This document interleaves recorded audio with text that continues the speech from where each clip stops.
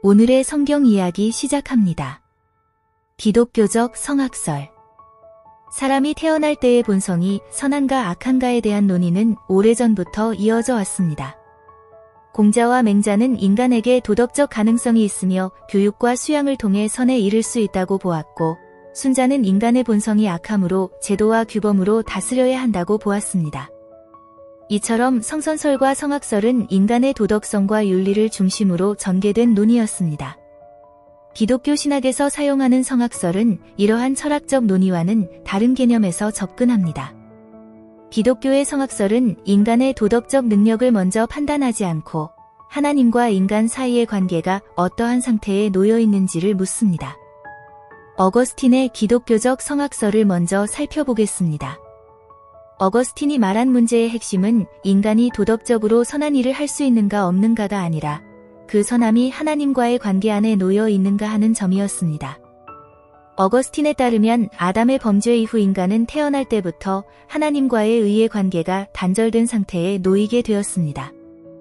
이 단절은 인간이 하나님의 은혜 없이는 하나님을 향한 참된 의로 나아갈 수 없는 상태가 되었음을 의미하며, 타락 이후에 인간은 선한 일을 행할 수는 있으나 그 선함은 하나님과의 관계 안에서 비롯된 의로운 선함으로 볼 수는 없다고 어거스틴은 설명합니다. 이것이 어거스틴이 말한 타락의 본질이며 기독교적 성악설의 핵심입니다. 이제 우리는 선과 악에 대한 개념을 다시 살펴볼 필요가 있습니다. 창세기 2장 17절에는 하나님께서 아담에게 선악을 알게 하는 나무의 열매를 먹지 말라고 명하시며 먹는 날에는 반드시 죽으리라고 말씀하신 장면이 기록되어 있습니다.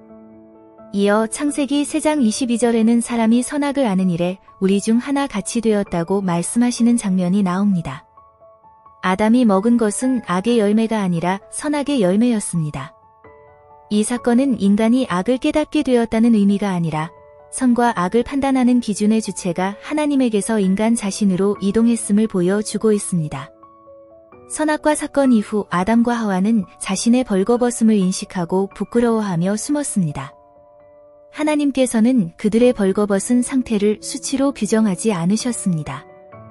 하지만 그들은 스스로 자신의 상태를 판단하며 반응하기 시작했습니다. 이는 선과 악을 판단하는 기준이 하나님을 벗어나 인간 자신에게로 옮겨졌음을 드러내는 장면입니다. 따라서 선악과 사건의 본질은 도덕적 타락이 아니라 하나님과의 의의 관계가 단절된 사건입니다.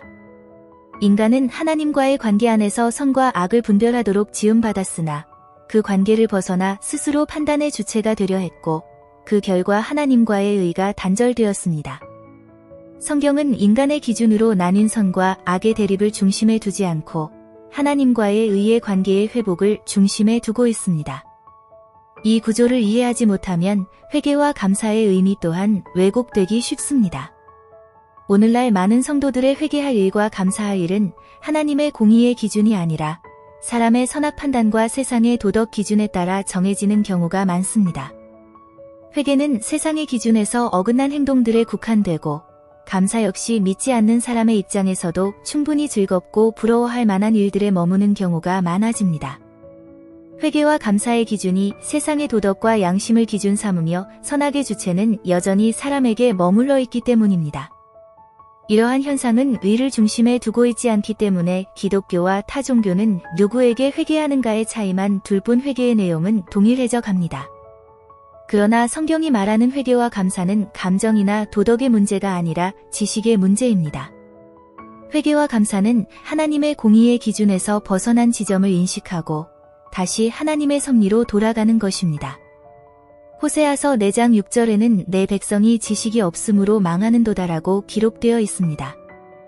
여기서 말하는 지식은 하나님께서 무엇을 의로 여기시는지를 아는 인식입니다.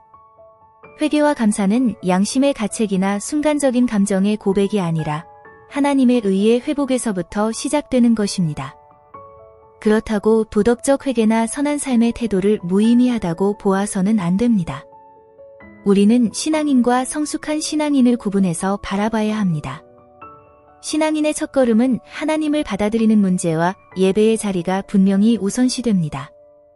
그러나 성숙한 신앙인으로 이끄는 과정에서는 그 사람이 처한 상태와 삶의 환경에 따라 다양한 방식의 인도가 필요합니다. 도덕적으로 선하게 살아간다는 것은 사회적 질서를 지키고 타인을 존중하며 책임있게 살아가려는 태도를 의미합니다. 이러한 선함은 하나님을 알기 전의 상태에서도 분명 의미를 가집니다.